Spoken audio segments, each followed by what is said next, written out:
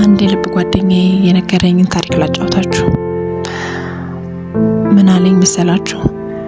አካሄዴ እኮ ኤችአይቪ ልመረመር አይደለም፣ ትንሽ ህመም አድርጎኝ ለመታየት ነበር። ዶክተር ግን ህመሜን ከሰማ በኋላ እስቲ ደም ስጥ፣ በዛውም ኤችአይቪ ብሎ ሳይጨርስ ኤችአይቪ አለብህ እያልከኝ ነው ዶክተር አልኩት።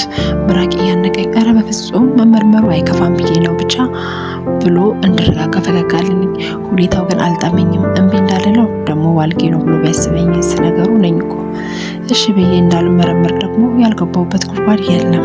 ብቻ ደሜን ሰጥቼ ውጤት ተጠባበቅኩ። ሌላ ሴት አጠገቤ መጣ ቁጭ አለች። እኔ የገረመኝ ግን ቁጭ ከማለቷ ሽቶዋ ሲያውደኝ ነው። ይህን ሽቶ የሆነ ቦታ እንደማቆይ የተሰማኝ ወደ ሴቷ ዞርኩ። እውነትም እየገመትኳት ሐረግ ናት። እሷም ገና እንዳየችኝ ምን አድርጌ ነው ግን የሸሸከኝ አለች። የዛሬ 3 ወሩን ትዝታ እያነሳች ሐረግዬ እኔ እኮ ላንቺ አልሆንሽም እና ለምን ቀድሞ አልተውከኝም? ድንግልናዬን ወስደህ ሞራሌን ሰብረህ አሸማቀህ ከምትጥለኝ ብላ አየያለች።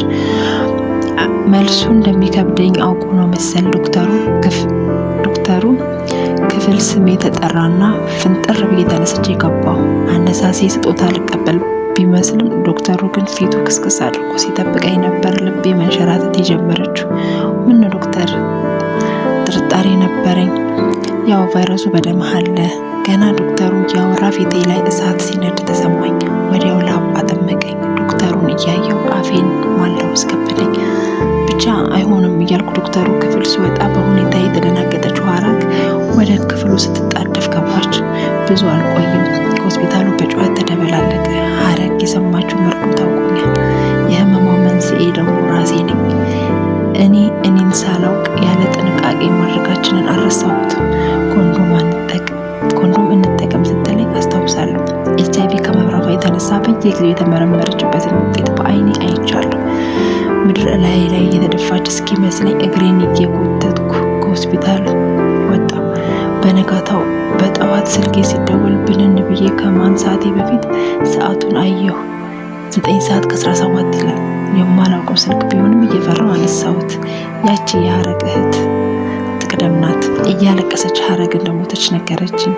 እንዴት ካልጋዬ ተነስቼ በቅጽበት እዛ ሰፈር እንደደረስኩ አላውቅም። ግን ሐረግ የግቢያቸው አጥር ላይ ራሷን ሰቅላ ሰዎች ሬሳዋን ለማውረድ ሲታገሉ ደረስኩ። ያኔ በአንድ ቀን 2 ሞትኩ ብሎ ታሪኩን አጫውቶኛል። ከተጠቀማችሁም ካስተማራችሁም ሀሳብ አስተያየታችሁን በኮሜንት ላይ አስቀምጡልኝ። አመሰግናለሁ።